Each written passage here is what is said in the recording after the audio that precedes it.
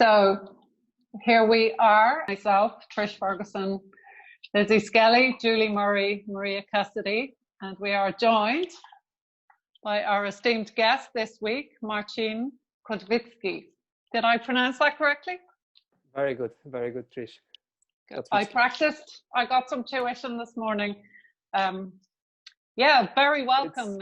It's really nice to see you. I know we're all missing the connections that we have with our coffee community, and it's really nice to be able to join you in the virtual space. Yeah, thank goodness that we are able to do it. Like otherwise, we'll get the mental issues very quickly. Yes, absolutely. You look like you're by the banks of the lovely Lee or somewhere really gorgeous. Is that a Zoom background you have there? Yeah, I set up this one while I did my wine classes, and I don't remember how to change it, so it sticks with me forever, I suppose. This is the vineyard in Poland in March, so you can see the frost on the hills. So, Marcin, tell us a little bit about yourself, just by way of introduction. I feel like I know you really well, but it would be lovely to hear the detail of what set of circumstances, fortunate events led to you ending up in Dublin. It's not that short story, I suppose, because I'm in Ireland already 12 years altogether. I was 6 years in Galway before, where I work as a bartender in a few hotels. My background is a chef. I'm a chef. I finished the catering school in Poland, which was taken 4 years. So from everything from starters, soups, main courses, side dishes, desserts, everything was included even with the customer service as a waiter. And I started my journey as a bartender in Poland because nobody wanted to hire chefs that time when I finished school. And one day, the friend of mine who already lived in Galway said, like, why not gonna come to Ireland? It's a beautiful country, sunshine every day. Yeah. So yeah, we pack our luggages with a friend of mine who worked in the same restaurant with me, and we moved to Galway. We landed in the 17th of March. Can you imagine? Paddy's Day. That's an auspicious day. And it was lashing rain over there. And freezing. Yeah, so that's how I came to Ireland. But then after 6 years, we moved back to Poland, and that's how my coffee journey starts, because I already started interested in coffee. And from Galway? Well, yeah, like, you know, if you can imagine, bartender have to always operate with coffee somehow. The coffee is in every pubs, restaurants, hotels, whatever you work. Mm-hmm. So the coffee is with you. But that time, I think, was Baileys and the Java Republic available. And I started to dig in the forums, the coffee forums online, and what's going on, how to brew the proper espresso, and so on. And I bought my first Kaja Classic, the small domestic coffee machine, and I tried to pull the shots, and was horrible, sour, and like, what I'm doing wrong. Then again, dig in the forums, and you have to buy the grinder. Pre-ground coffee doesn't work. So yeah, that's how it starts in 2010, I suppose. And then you fell into the coffee rabbit hole. When I back to Poland, I start to take a part with the exhibition. There's something similar like KTEX in Dublin. Like big international fair in Poland about the hospitality. Mm-hmm. And I met many, even the current, well, not current, the Agnieszka Rojewska, which is the champion. She's from my city.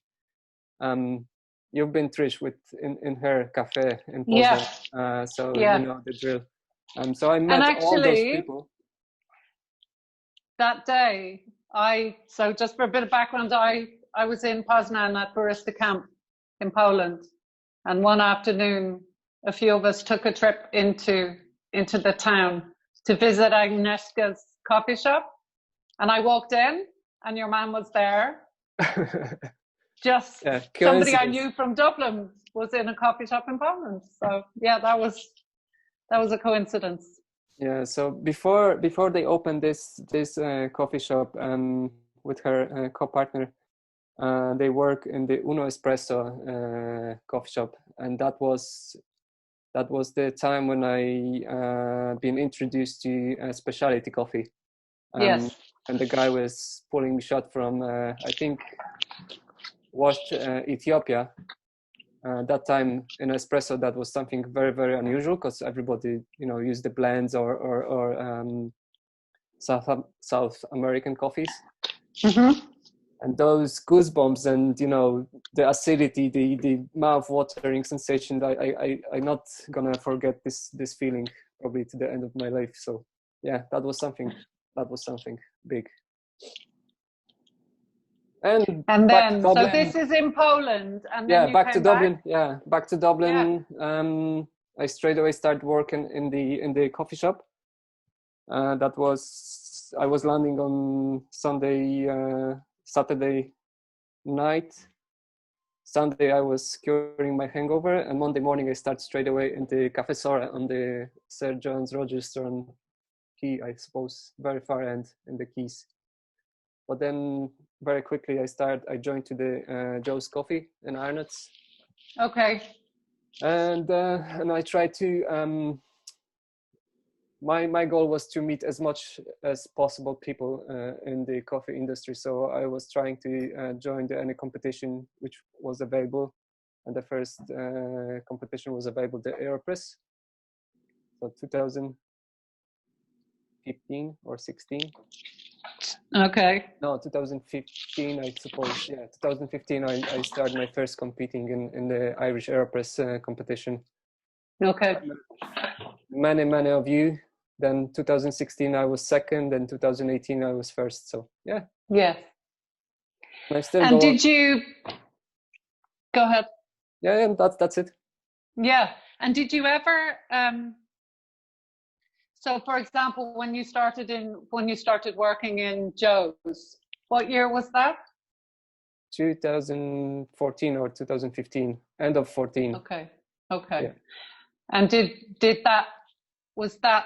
you get training in Joe's? Was there anything available there? What sucked you into the idea of competing, for example? No, competing was my own initiative, because I was always been a competitive person. I was playing football for many years, and I like this adrenaline which kicks you and motivates you to harder work, to stronger work, and then obviously you meet so many people and make friends of it. So not like some few people tell me like, if you're competing you have to be a winner. But to me, it's more important to meet the friends, to meet the people, to make a community. Yes, I agree. Yeah, to me, people are the strongest asset of every company. So whatever you work, if you make the friends or contacts, that will be pay off later on. So yeah, that was my goal, to meet as much as possible people in the industry that time. Okay, and you did that. And when you won the AeroPress competition, what city, where did you go to for the world final? I was Sydney. Okay, nice. Yeah, brilliant trip. Thanks to you. How was that experience? Absolutely amazing. Okay. Far away, like that was my first long flight in my life, and probably the last. Okay. I think so. That was like 24 hours flight with the one stop in Abu Dhabi. Yeah. But again, I met so many friends over there, so many people, and I still get the contact with them. So again, that's given me nice. Even yesterday I talked to the guy from Romania about coffee, and it was brilliant. Yeah, experience. The competitions are like that. They're amazing. And so tell me a bit about the Liberties Brewers Cup and how this crosses over on a timeline. When was your first Liberties Brewers Cup? Soon as I've been entitled to compete in Ireland in the national competition. I think you're supposed to be 2 years working in the industry in Ireland, or in a Irish and a national competition. Because if 2014, 2016 was my first Brewers Cup. Yeah. No, latte art. So I met Daniel Hobart, I met Luis Alvarez, I met Elvis, which I know already because he competed against Polish latte art champion, and I saw, you know, on the live videos Elvis, and I was like, oh, I know you. So yeah, again, made the friends, and next year I took again my chance in the latte art, and I think the same year I took I compete in the Brewers Cup, and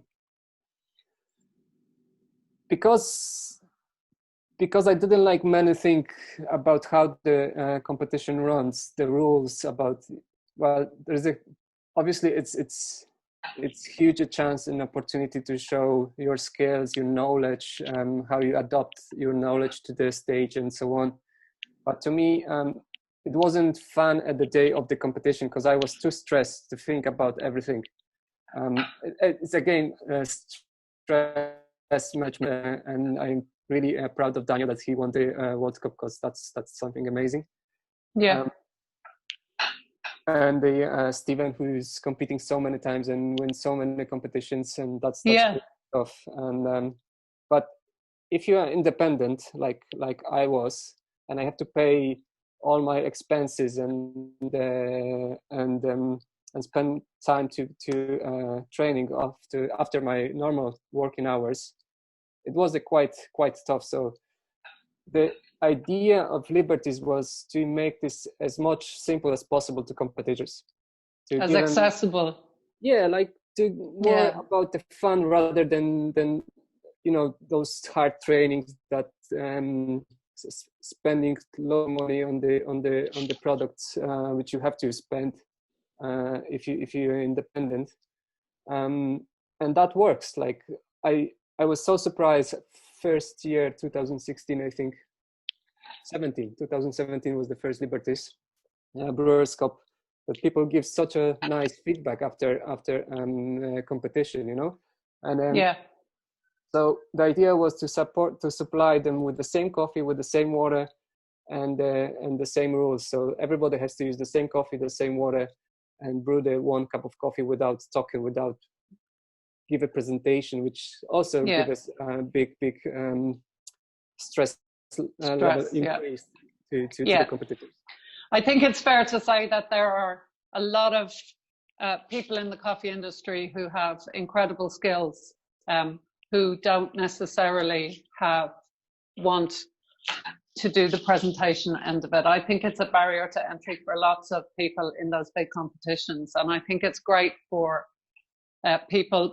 For example, with the AeroPress competition, the Liberties Brewers Cup has that in common with the AeroPress. There's no presentation aspect to it, so we just focus on brewing. And I really appreciate the opportunity it gives people who do not want to engage on that level. You know, they just, the stress overwhelms their skills as brewers, and there are also so many lads who compete the first time in their life in the Liberties. They try to go step forward and join to the national competitions, like Megan, for example.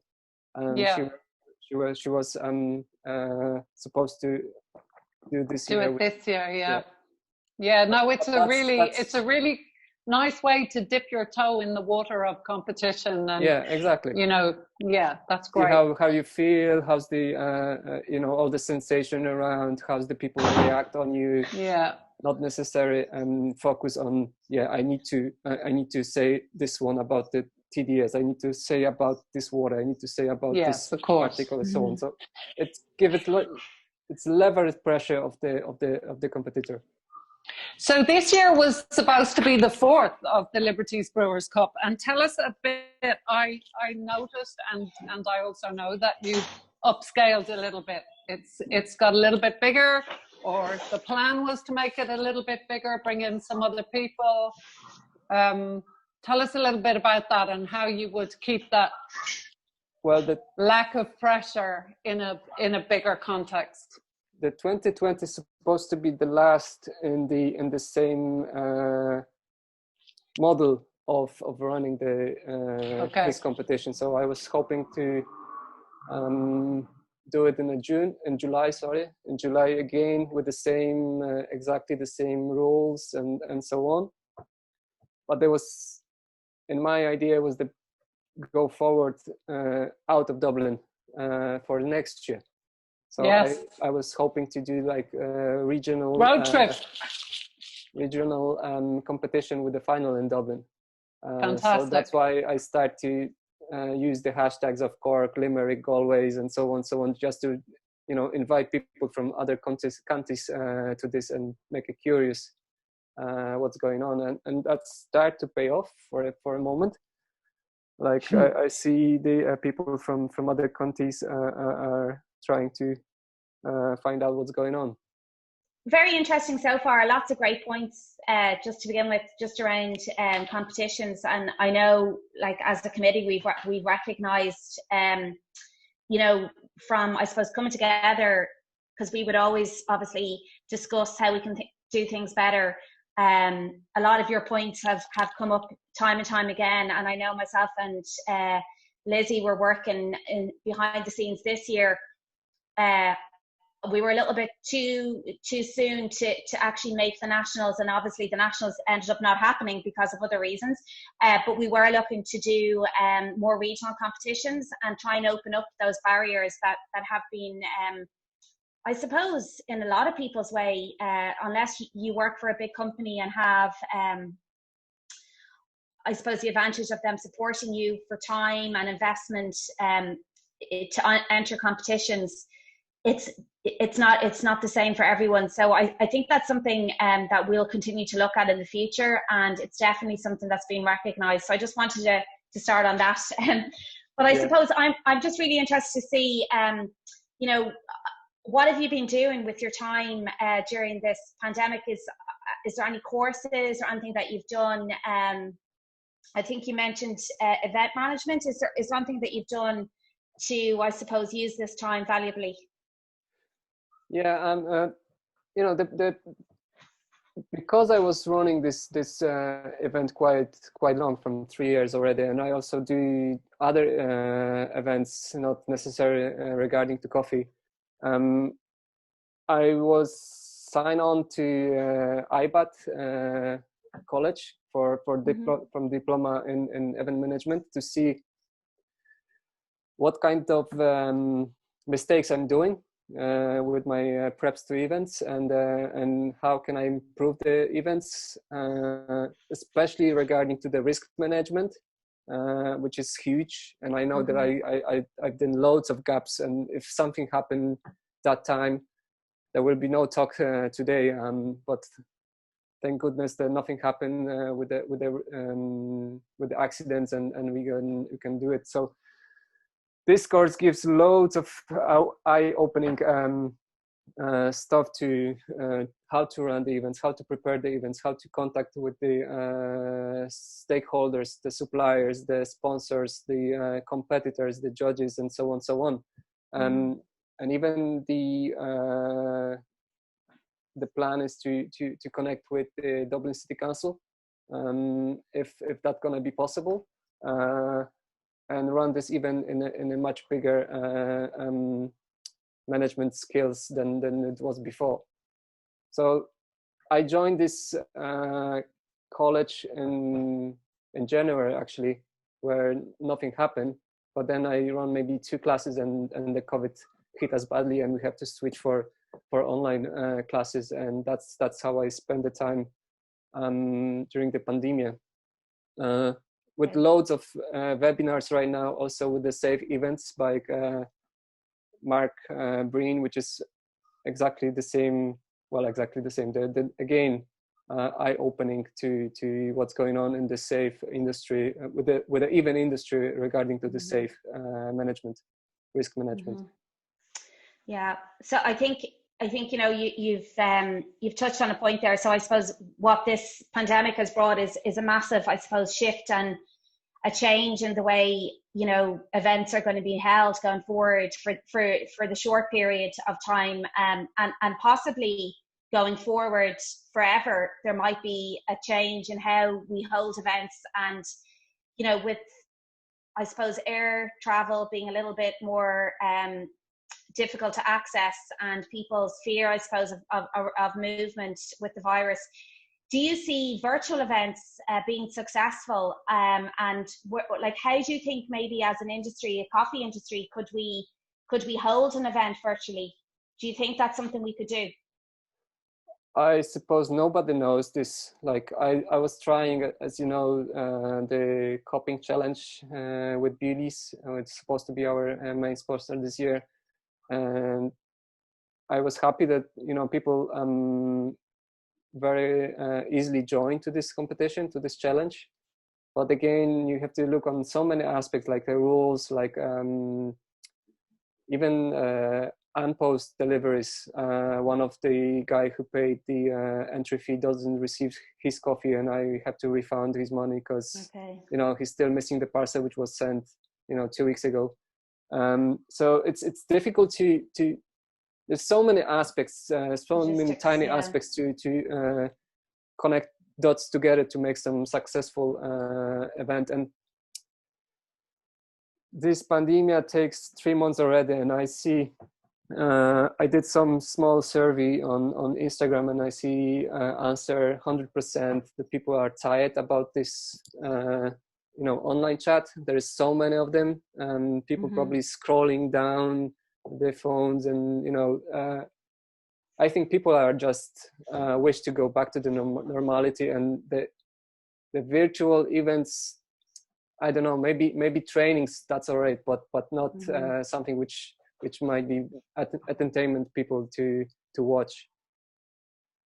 Yeah, and I think for us, the positive thing about coffee is it's such a tactile product, and people want to get close to it, and we want to smell it, we want to touch it. Oh, yeah. So there's something quite unique about us, I suppose, obviously similar to other parts of the food industry, like wine and cheese as well. Like, I don't really see us ever being able to go fully virtual with events. I think we're still going to have to come together to share knowledge and to taste, and it's trying to find safe ways to do that, which we will do. It's just been a massive, I suppose, shake up for us all. But but as you said, it's great to to do these kind of Zoom calls and virtual meetings. But I think as a community we're quite people orientated, which is quite unique, I think, to us as well. So I think as soon as we're able to, we will go back. I don't think it's gone away. Marcin, on that note, I have a question for you. Where are we with the competition? Like the final, I suppose, if you're going to try and do a regional, and the final one is due to be when? The original was supposed to be in July, as every year, but we postponed it to 4th of October this year. And I'm hoping that we're gonna be able to run this, and obviously it has to be in Liberties, which I beloved that area, which is Old Dublin. And initially I was scheduled. I was dealing with the Vandal Coffee in the Thomas Street. But the iconic offices cancel all the events in this year, so we are not able to use that space any longer for competition. So I'm on market search to find a new venue. On the hunt for a venue in October? In October, yeah. Right, anybody, any of you out there with a venue, a warehouse, big space where we can social distance and run this event. Yeah, social distance is the key right now. Yeah, all you got to do is get in touch. We're a great community event, and Marcin has all the bells and whistles and the know-how to do this, correct? Well, yeah, I try to. That's why I did this course in IBAT to see where I supposed to go, which way. And one of the good thing, and that was one of the last thing which I learned. There is a big, massive impact about the being more greener, be more sustainable, be more eco-friendly. So, for example, like last year we've got issue with the comment, well, not issue, the feedback, the comment, why we're using the bottled water to our competition. So this is again one of the big thing which I want to sort it, how to supply competitors with the same water without using the bottled water. Good. So yeah, I was trying to reach Max Colonna to use the pick. He's a startup, but it's not ready to launch, I think. So that's why he's still thinking about it. I tried to reach the Brita water to see how we can manage and so on. You know, there is few companies which might be helpful to do it. Yeah. But the green, it's a big, massive gap which we have to look after to be more sustainable. So I think the onus is on all of us for that, definitely. Yeah. What's the name of the course you were doing in IBAT, just for people to know? Diploma in the event management. Excellent. Have you enjoyed it? Yeah, that was brilliant. Loads of eye-opening stuff. Yeah, I've heard about it. I would be interested in doing it. Okay, I'm going to ask you a few little questions on wine and food. You're obviously heavily into wine also. Yes. This ties in with my husband is very much into wine. This is a wine and coffee house, my own house. Quite often, though, there'd be no coffee or no wine in it. And I suppose my first question is, have you done the WSET courses, and how do they compare with the SCA courses on coffee, and is there much crossover in terms of the content? Sadly, I didn't make any SCA coffee courses. No? None. Oh, I thought you would have had the load of them under your belt. Well, I suppose, let me share with you. You probably know this book, do you? Coffee and Wine. Never heard it. Oh my gosh. I bought this Marcin? book for our house. It's actually on the SCA site as Marcin, well. I bought this book thinking that I and my husband could read it and have more of a common ground when it comes to our battle talks of which is better, coffee is better, wine is better. It's huge. It's like an encyclopedia, and it's wonderful, and I haven't read it at all. I intend. Regarding wine, I did Wine and Spirit Education Trust level 3. Very good. Passed with merit, both and the blind taste. I think I could get more points and get extensive, but I was misunderstanding with our tutor, and we put two little descriptions on the blind taste. So yeah, merit is good. I'm pretty happy that I did it. And a coffee and wine got loads of similarities. Give us the top three. Top 3 similarities. Kenya, washed Kenya. If you do the nice filter, or even espresso, you got pronounced some of the coffees from Kenya, obviously, especially from Nyeri region, got the pronounced aroma of blackcurrant, right?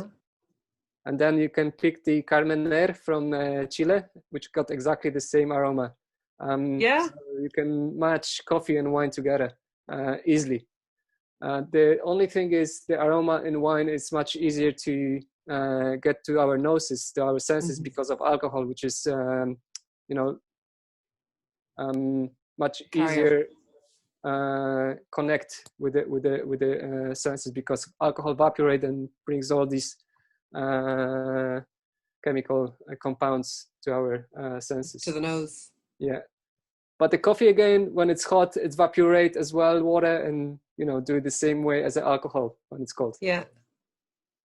So a very commonly used thing is obviously Le Nez du Café. Those aroma vials, and we smell them. Have you done that with the wine ones, Le Nez du Vin? I did, but I don't like them because they're quite artificial. Yes. I prefer to use the fresh products like fruits, chocolate, whatever.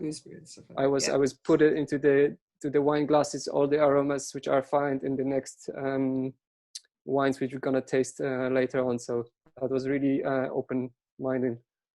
What's your favorite wine at the moment? Riesling.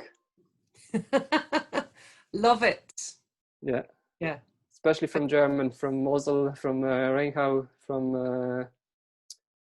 Rheinhessen, the cool climate areas. Yeah. What about and the Polish wine? Do you like Gewürztraminer? Is that Alsace? Is it? Gewürz, it's okay, but it's too packed with aroma. It's too overwhelming. I love Gewürz. Too lychee. and the Gewürz you can compare it kind of to the geisha, no? Very tropical fruits. Yeah. Yes. Yeah. No, you're right there. Muscat you can compare to Ethiopia with the peachy aroma. So there's so many nice wines which you compare to the coffee world. And on that favorite of the moment, favorite coffee of the moment? What's the nicest coffee you've had lately? Right now I'm stick with the Honduras from Belize. This is natural Katui, which is really, really good. That's why I bought the kilo bag of it. But the same as wine, I like to switch my my coffee because I'm getting tired after drinking the same coffee all the time. So Kenya, Ethiopia, Burundi, Rwanda, all the African coffees are my favorites because the acidity is high. Sparkling acidity with the nice aromas of fruits. Less the South American coffee, but like Honduras is from South America, and catch me at this point.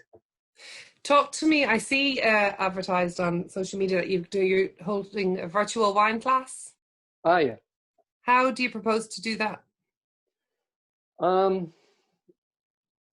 I did when I run my bistro. I did several wine tasting during the last year. Like every month, I did some tasting. I call it mini classes because I served 3 to 5 bottle maximum, and I got really, really nice response, really nice feedback after that. So I was missing that kind of experience, and when the people stay home and can't do nothing special, they really like to join or do something new. And wine tasting, I was think how to manage this. So I cooperate with the Corkscrew on the Chatham Street, the wine entrance, where a friend of mine is working, and we make a set of wine, like a box of wine, which you have to pre-order. They're gonna deliver you to your door. Then you join the same meeting as we are doing. I present the slides, I make the presentation, and talk about short history, what's going on in the wine, what's going on with the areas, what's the altitude, latitude, and the similarities, difference in the wines, and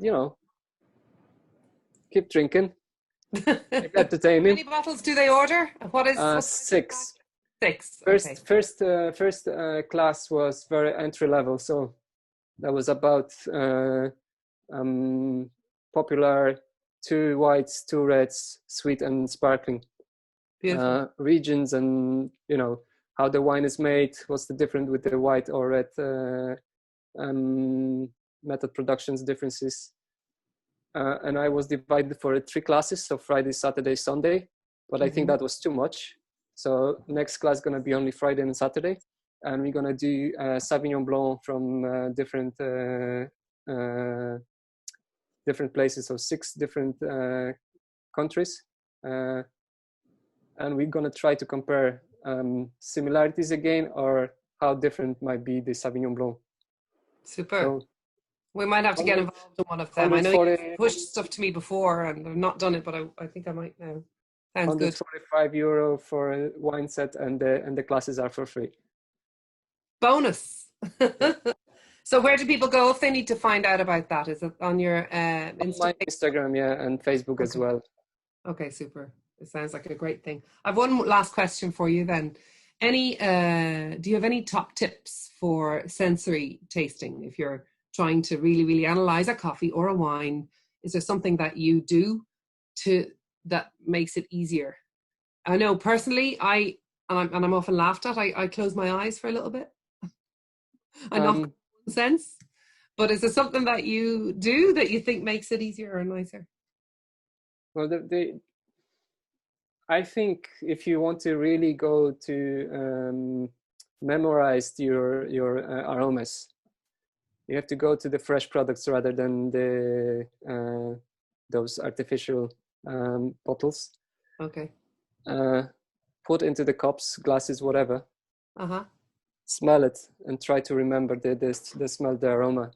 And do you cover it over? Do you make it so that they cannot see the food product and try? Not really. Well, you can close your eyes. It's pink grapefruit. Yeah, but if it's edible, go for it. Sure. Chew, swallow, and taste it. But I'm not sure if you know the Wine Folly, Madeleine Pocket.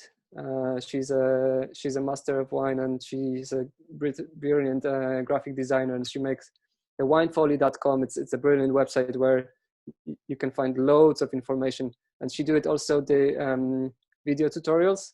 And one the funniest which I remember was she was trying the different kind of rocks, licking the rocks, smelling the rocks. Yeah, so like slate, like your burgundy, slatey kind of rocks. Yeah. Oh my god. So she was like, oh yeah, I know this is silly, but yeah, I go for it. And fair play to her. Yeah. Great idea. This is also a good idea to find out, because many times you know the aroma, you know the smell, you know the taste, but you don't associate.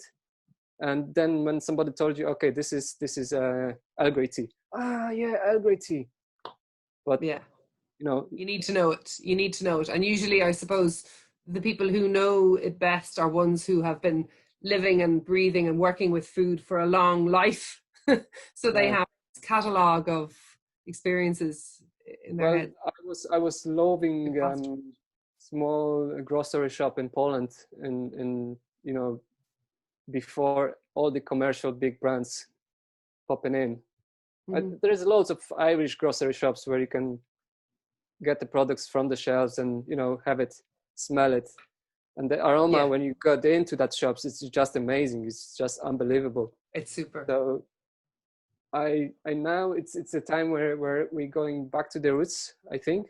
So many people trying to reopen that kind of grocery shops. And last time when I've been in Poland, I've got the one on my local area, and I walk in and memory just bang to my childhood, exactly the same smell of a sauerkraut, of the pickles, of the fresh fruits and veg.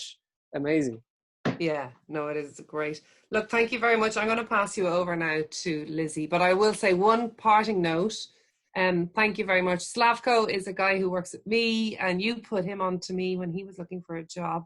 So I'm just saying I'm thankful to work with Slavko and to you. So thank you for that. Over to you, Lizzie. Hey, Marcin. Hello. Some really, really useful tips there in terms of sensory and training. And I'm really looking forward to doing one of your online wine tasting courses. So just to wrap this up, I'm going to do a quick fire round. We've got 10 questions, and if you can answer them as quick as possible. Okay, so the first question: what was your dream job growing up? Apart from coffee, I always loved to work in the food production. Okay. Be on the countryside and go with the organic food, and this is my dream job. Question 2: which coffee origin would you snog, marry, and avoid? Kenya, I suppose, is my favorite. Yeah. Okay, so marry Kenya. Who would you snog? I like to discover all of them, so I can't say there's something bad. Discover new. Exactly. Okay, so what's your guilty pleasure, excluding coffee? Wine. Good one. Okay, what is your favorite smell, excluding coffee and wine in your case? Leather. Like a wallet or leather. Nice. I think I'm getting more adult. I got the adult more smells, aromas, like a tobacco, like a, cigar box, leather, that kind of tertiary. On a scale of 1 to 10, how weird are you? Weird. Yeah. Okay. I'm a weirdo. I'd say 5. Okay, cool. What are you not good at? You're a man of many talents. So is there one thing that you are not good at? Timekeeping. Several people has to stand behind me to, do it now. Yeah. Okay. And then the next question is, would you rather never drink coffee ever again or drink Robusta every day? The Robusta might be quite nice when it's good, but I don't think a dark developed Robusta will be a great thing. So I'd probably stop drinking coffee. Okay, so oat or dairy? Oat. Black coffee. How do you take your tea? I don't drink tea. Okay, and then the last and final question is, who is your coffee hero? Daniel. I love his commitment and his passion, how he keeps himself motivated to get where he is right now. Like he failed so many times and didn't give up, and keep going, learning skills, tasting palates, and I couldn't quit drinking for that long as he did to clean his palate. Well played to him. Drinking or eating. The diet thing is an issue for me. I can't go on bland food.